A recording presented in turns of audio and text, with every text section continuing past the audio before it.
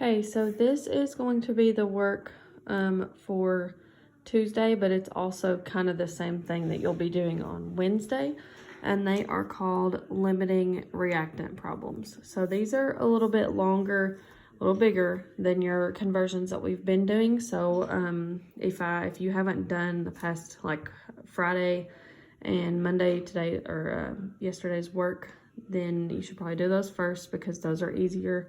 And they'll let you get the hang of how to set up these conversion problems before you start one that's long like this. It looks really intimidating. I'm out of focus. Looks really intimidating, but it's really not that bad. It's kind of what we did with the grams to mole conversions. It's just kind of a combination of a 2-in-1 almost. They come with a balanced chemical reaction. So I have that here. Balanced chemical reactions. You will not have to balance that. I'll do that for you, give them to you.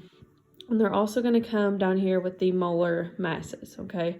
Now that's not going to happen in a, if we were in class doing this, like I wouldn't give you, all of this stuff. You'd have to get it, but just for this internet learning, I'm going to give you what you need. You just have to be able to plug it in the right spot, okay? These questions will kind of come back to you if you're ever going to go on chemistry. That's why we're taking the time to do them now. I get a lot of students that come back and need help setting these things up. So we'll try our best to at least get some kind of a handle on it.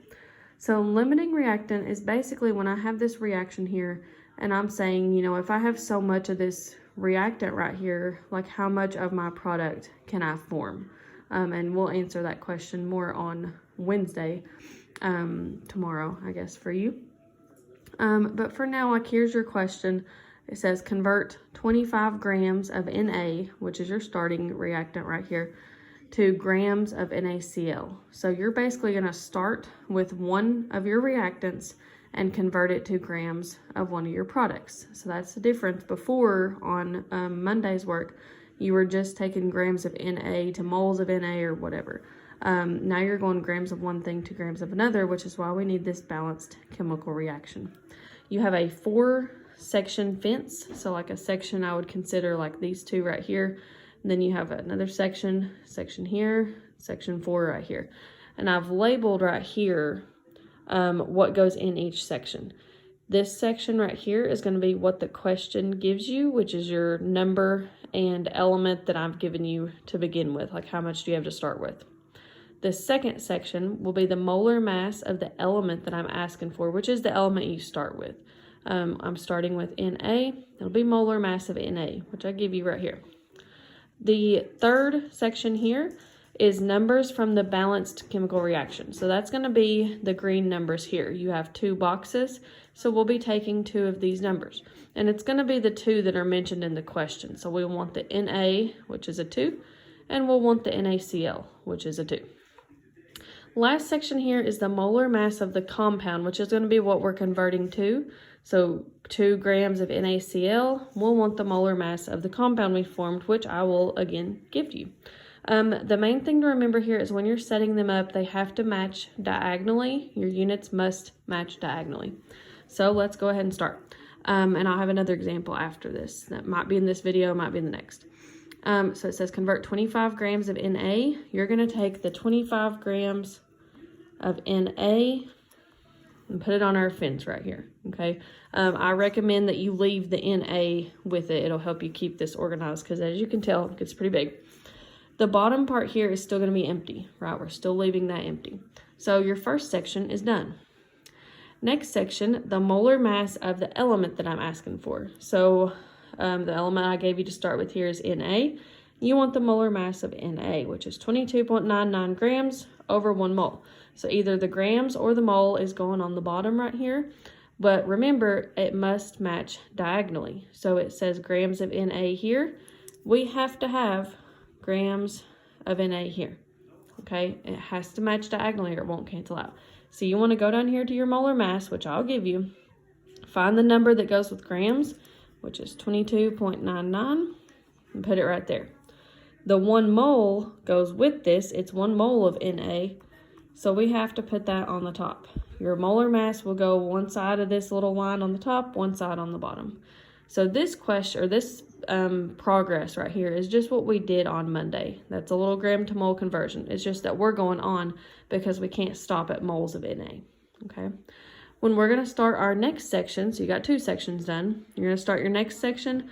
I've canceled out grams of Na because they're diagonally. So my unit right now is moles of Na. You want to bring moles of Na down to the bottom diagonal. They have to match diagonally or they cannot cancel out, unit and element or compound. Moles of Na. In this section is going to go the numbers from the balanced chemical reaction. That's those light green numbers up there. So I already know that Na needs to go on the bottom because that's what I have there and it has to match diagonally. So you want to go get the little green number for the Na here, which is a 2.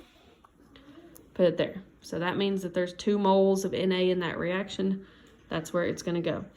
Now, we have to have moles on the top also. They call this a molar ratio, which we would talk more about if we had time or were in class, but that's okay.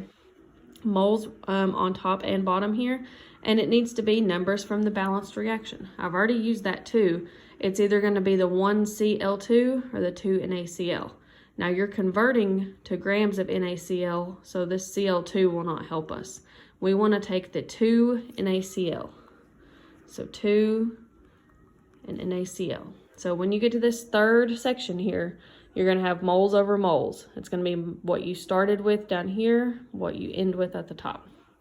That's your third section. Last section is the molar mass of the compound we're converting to, NaCl.